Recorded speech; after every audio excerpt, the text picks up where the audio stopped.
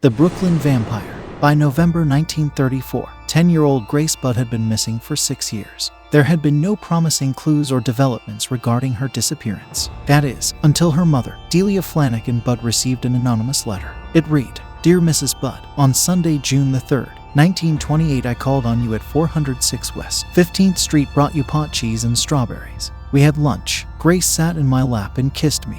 That's when I made up my mind to eat her."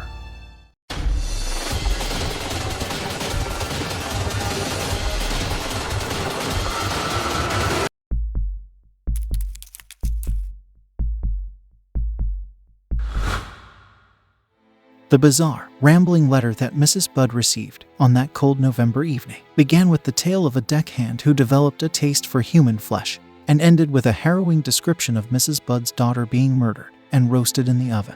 Although the written confession was unsigned and nameless, it marked the beginning of the end for cannibalistic serial killer Albert Fish. How his exorbitant madness and murderous bloodlust came to be, however, is a tale as macabre and unimaginable as the death of little Grace Budd itself.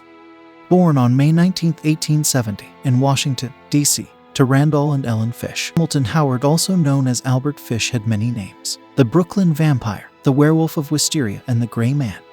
Small, quiet, and unassuming, he had a face that blended in with the crowd and a private life that would have frightened even the most hardened criminals. As a child, Fish was plagued by mental illness, as were a number of his family members. Not only was his brother in an asylum, but his uncle had been diagnosed with mania. Also, reports suggest that his mother routinely experienced visual hallucinations. His father was 75 years old at the time of Fish's birth and died when Albert was just 5 years old.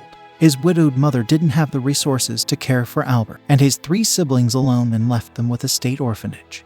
It was there that he conceived a passion for pain. And in 1890, after a 20-year-old Fish moved to New York City, his crimes against children began.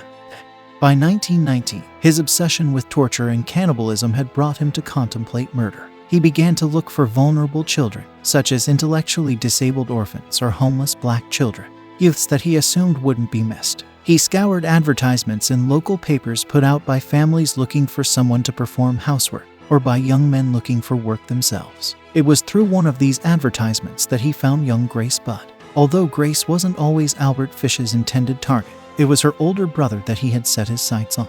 But upon meeting the family, Fish's interest suddenly shifted. While Edward was mulling over his offer, Fish noticed a young girl standing behind her parents, 10-year-old Grace. He had a new plan, and he didn't waste any time.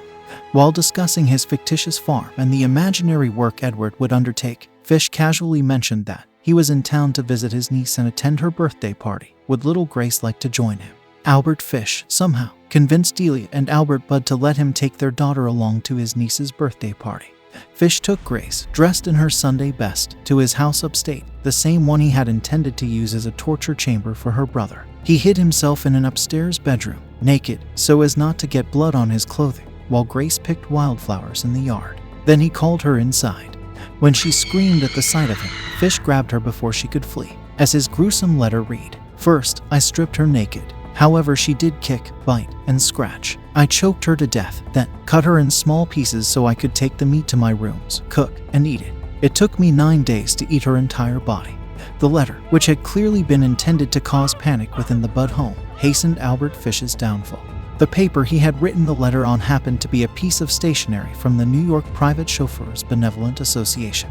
Police inquired with the company and found that the paper had been left behind by a janitor from the company at a rooming house he'd been staying at. At the same rooming house, a man named Albert Fish was renting a place. Upon learning that Fish bore a strong resemblance to Frank Howard, Grace Budd's kidnapper, the police set up an interview. To their surprise, Fish confessed in an instant, practically tripping over himself to reveal the precise details of what he'd done to Grace Budd, as well as dozens of other children. The trial of Albert Fish began on March 11, 1935.